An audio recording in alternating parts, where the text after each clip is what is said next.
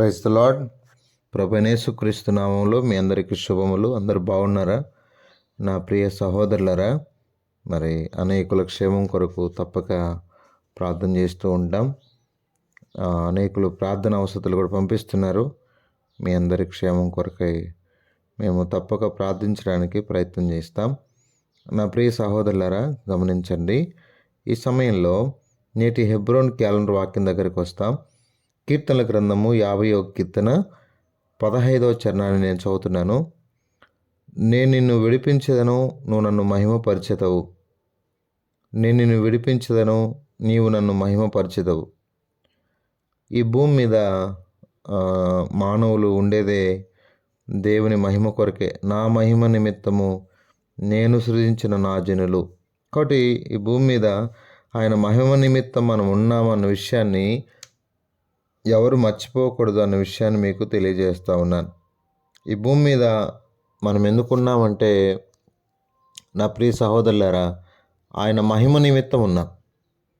ఆయన మహిమ నిమిత్తం ఈ భూమి మీద మనం ఉన్నాం. కొరింథీయులకు రాసిన మొదటి పత్రిక 10వ అధ్యాయము 31వ వచనం ఇలా రాయబడి ఉంది.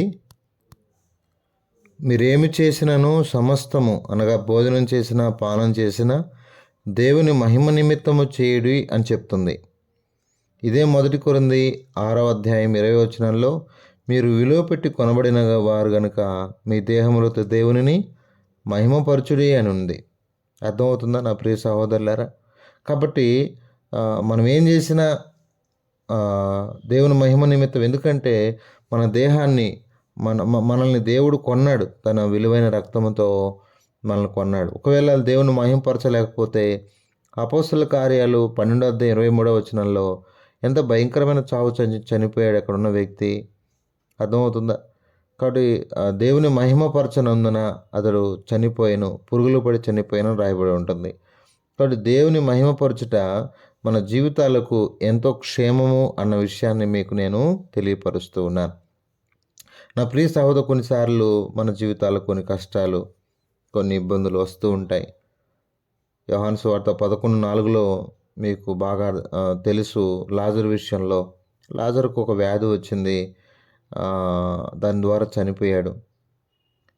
యేసుప్రభు అన్న మాట ఏంటంటే, ఈ వ్యాధి మరణం కొరకు కాదు, దేవుని మహిమ కొరకు అన్నాడు. కొన్నిసార్లు దేవుడు మనకు వచ్చే కష్టాలు, ఇబ్బందుల ద్వారా దేవుడు మహిమ పొందడానికి కొన్ని అనుమతించబడతాయి. బాగా చక్కగా ప్రార్థించే ప్రార్థనా పరులకే జబ్బులు వస్తాయి. బాగా ఎందుకు రావాలి అంటే, మన శరీరం బలహీనమైంది కదా, రాకూడదు అని ఏం లేదు.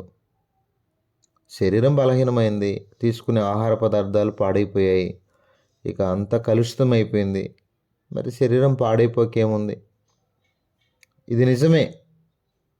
క్రైస్తవులైనా క్రైస్తవేతరులైనా, వారు హిందువులైనా ముస్లిమ్స్, మరి ఎవరైనా కానీ ఏముంది? కాబట్టి దేహము అనగా ఈ శరీరము పాడవటానికి లోకమంతా విషపూరితమైన విధానంలో ఆహార పదార్థాలు తయారు చేస్తూ ఉన్నారు. ఈరోజు పండే పంటలన్నీ కూడా విషపూరితమైపోతున్నాయి. మరి మానవునికి ఆరోగ్యం ఎలా వస్తుంది? అందరం అదే తింటున్నాం, అదే నీరు తాగుతున్నాం. మనం ఉండేది భారతదేశంలోనే. కాబట్టి నా ప్రియ సహోదరులారా, కాబట్టి ఏదేమైనప్పటికీ కొన్ని దేవుడు తన మహిమ కొరకు అనుమతిస్తాడు.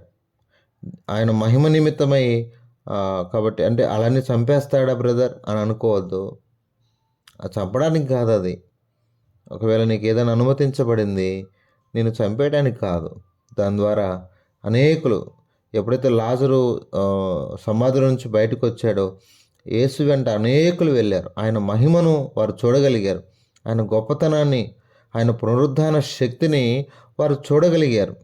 అర్థమవుతుందా? కాబట్టి జాగ్రత్తగా ఉందాం. లూకాసు వార్త 13వ అధ్యాయం 13వ వచనంలో, నడుమొంగిపోయిన స్త్రీ, ఆమె మీద చేతులు ఉంచగానే ఆమె నడుము చక్కజేయబడింది. ఆమె దేవుని మహింపరుస్తూ వచ్చింది. లూకాసు వార్త 5:25లో మనం చూస్తాం. ఆ కుమార్ చదువుతాను. లూకాసు వార్త 5వ అధ్యాయము 25వ వచనాన్ని ఒకసారి నేను చదువుతాను. ఎందుకంటే మనం దేవుని మహిమపరచడం అలవాటు చేసుకోవాలి. ఆయన్ను మహిమపరిచేది మనం ఉండేదే దేవుని మహిమ కొరకే ఉన్నాం భూమి మీద. ఎంతో చక్కగా దేవుని మహింపరచడం. ఇక్కడున్న ఈ విధానాన్ని చూద్దాం. 5:25 వెంటనే వాడు వారి ఎదుట లేచి తను పండుకొని ఉన్న మంచం ఎత్తుకొని దేవుని మహిమపరుచుతూ తన ఇంటికి వెళ్ళెను. అందరి విస్మయం ఉంది. నేడు గొప్ప వింత చూచితమని దేవుని మహిమపరుచుతూ భయముతో నిండుకొనేది. వింటున్నారా? అవునండి, దేవుడు అద్భుతమైన కార్యాలు. పక్షవాయు గలవాడిని దేవుడు ఎంత అద్భుతంగా స్వస్థపరిచాడు చూడండి. అందరికీ అది ఆశ్చర్యమైపోయింది. నిజమే కదా, దేవుడు ఆశ్చర్యకరుడండి. అందుకే నేను నిన్ను విడిపించదను, నువ్వు నన్ను దేవుడు నిన్ను విడిపిస్తాడు నీ ప్రతి పరిస్థితిలో నుండి, ప్రతి ఇబ్బంది. చాలామంది ఆర్థిక ఇబ్బందులు బాధపడుతున్నారు కదా, చాలామంది పిల్లల సమస్యలు.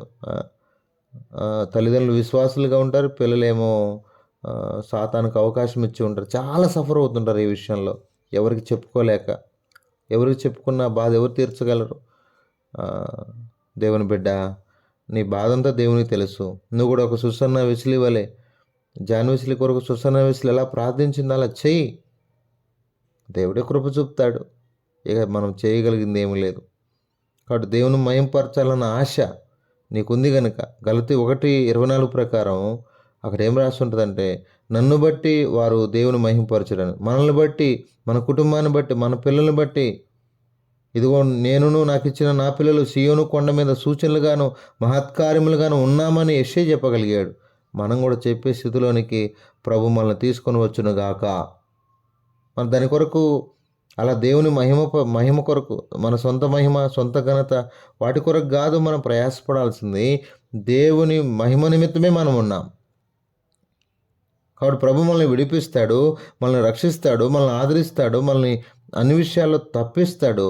అయితే మనం చేయాల్సిన పని ఏంటంటే, నువ్వు ఏ స్థితిలో ఉన్నావో, నడుమంగిపోయిన స్థితిలో ఉన్నావా, మంచం బట్టి ఉన్నావా, ఏ పరిస్థితిలో ఉన్నా దేవుడు తన మహిమను ఎవరికి ఇచ్చేవాడు కాదు, ఆయన మహిమ పొందేవాడు. కాబట్టి దేవుడు నిన్ను విడిపించడానికి సమర్థుడు. దేవుడు నిన్ను విడిపిస్తాడు. ఆయన మహింపరచడానికి మనందరం ప్రయాసపడదాం. ప్రార్థన చేసుకుందాం. పరిశుద్ధమైన తండ్రి, కృపగలిగిన దేవ, నీకు ఎంతో వందనాలు. అవును తండ్రి, నేను నిన్ను విడిపించదను, నన్ను మహింపరచదు. అలా మేము నిన్ను మహింపరచుడు కొరకు మమ్మల్ని అందరినీ సిద్ధపరచమని ప్రార్థన చేస్తూ, మా ప్రియులందరూ కూడా అట్టి నేను కృపతో ముందుకు నన్ను తీసుకుని వెళ్ళమని, ఈ విధంగా ప్రార్థన అవసరం కోరిన ప్రియులు తమ్ముడు పాలు మార్మన్స్ కొరకై ప్రార్థన చేస్తున్నాను. మీరు కృప చూపండి. జాన్సన్ సహోదరుడు తను పాపానికి బానిసగా ఉన్నాడు, మరి విడుదల కొరకు ప్రార్థన చేస్తున్న, కనికరించండి. మరి అంత మాత్రమే కాదు ప్రభా, మా ప్రియులందరి కొరకు ప్రార్థన చేస్తున్నాను నాయన. అందరి క్షేమం కొరకు ప్రార్థన చేస్తున్నాను నా ప్రభా. నాయన రాధా సహోదరి కుటుంబం నాయన, తన కొరకు ప్రార్థన చేస్తున్నాను. గర్భఫలం కూడా దయచేయండి తండ్రి. నీ మహిమ నిమిత్తం సహాయం చేయండి. ఆయన అంత మాత్రం అనురాధ గారి కొరకై, కుటుంబం కొరకై ప్రార్థన చేయమన్నారు, వారి కొరకు ప్రార్థన చేస్తున్నాను నా తండ్రి. నా ప్రభా నాయన, తను ఉన్నటువంటి సమస్య కొరకు ఉపవాసం ఉంటుంది.